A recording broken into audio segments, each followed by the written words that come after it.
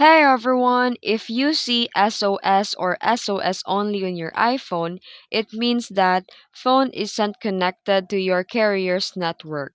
You can still make emergency calls, but you can't use mobile data, send messages, or make regular calls.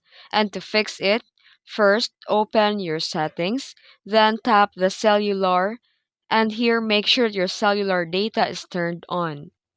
Next, go to the settings again and click Airplane Mode. Turn it on for a few seconds and turn it off again to refresh your connection. If it still says SOS, go to the settings and click General and select About. Check if a carrier update is available. Tap Update if you see one. And if you want to manage emergency settings, go to the settings and click Emergency SOS, and here you can enable or disable features like call with hold and release. And that's it. The SOS icon should disappear once your iPhone reconnects to your network.